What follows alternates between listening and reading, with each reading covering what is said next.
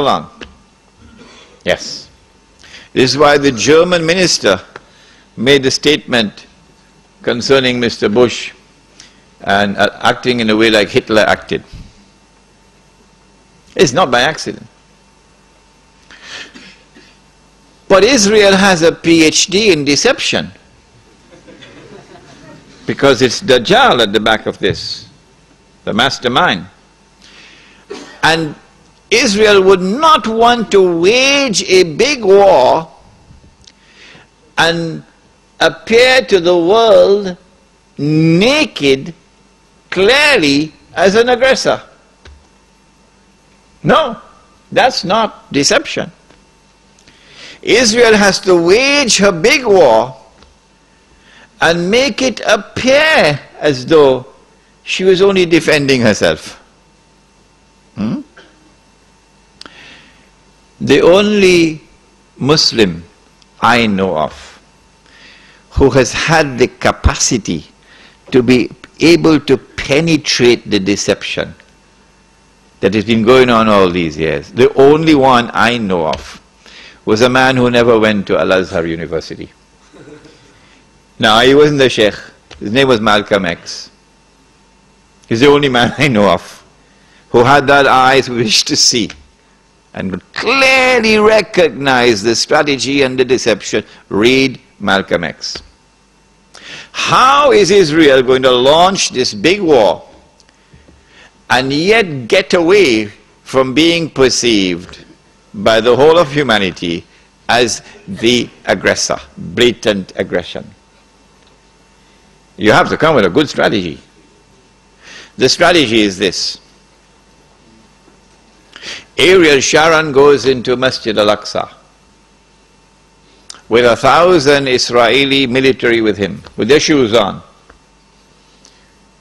with the full knowledge that this calculated act of extreme provocation must have a response, a fiery response.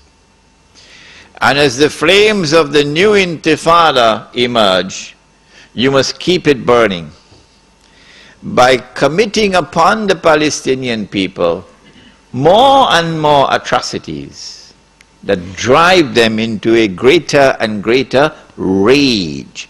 This is planning, this is strategy, this is not happening by accident. As Israel unleashes this barbaric oppression upon the Palestinian people, you must have a television station which you plant amongst them, which will cover this, that your Egyptian television would not cover, and your Jordanian government would not allow on Jordanian television, so you create something called Al Jazeera. And the Arab masses believe Al Jazeera is their station. This is the only place in the world we can get authentic information, Al Jazeera. So Al Jazeera is now used to portray all the atrocities. And so around the Arab world, the masses only have to tune into Al Jazeera and they know what's happening. And so the Arab masses become more and more angry, more and more enraged. And guess who begins to tremble now? The governments which are pro-American. The governments which have entered into peace treaties with Israel. These are the ones who are now trembling because their people are becoming more and more enraged. So Mubarak in Egypt and Saudi Arabia, I don't know if it's Fahad or Abdullah, and Abdullah in Jordan and Sheikh Sabah in Kuwait, etc. Israel has to judge the temperature on the ground in the Arab world. And because Israel has a strategic military alliance with the United States of America, it is when Israel judges the temperature to be hot enough, only then will Israel give the go-ahead to the United States to attack Iraq. Only then. And you have to inform the whole world in advance that you're going to attack Iraq. So the masses must be expecting it. Why? So that when the United States attacks Iraq, you would have the kind of spontaneous outburst from the Arab masses that you want. That they will take to the streets in massive demonstrations. The kind which brought down Zulfikar Ali Bhutto in Pakistan. The kind which brought down His Imperial Majesty, the King of Kings. Which one? Shahin Shah, the King of Kings. They tested this formula. They tested this formula because they were actively involved in all that drama in Iran. Oh yes. Without in any way being uncharitable or lessening in any way my appreciation and my respect and the honor which I have for those who led the Iranian Revolution. I have to admit that in addition to their sincere efforts and their struggle against the oppression of the Shah, that there were also others that worked to help them without their even knowing it. So they have finessed this methodology of how to bring the masses out onto the streets. And this is what is about to occur. As the masses go out onto the streets, the ones who are going to be targeted are the pro-American regimes in the Arab world. The objective?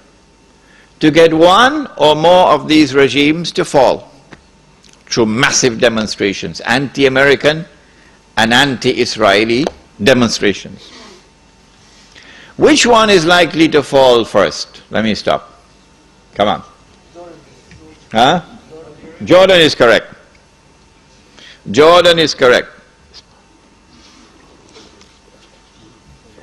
Which is why Abdullah has his bags packed already.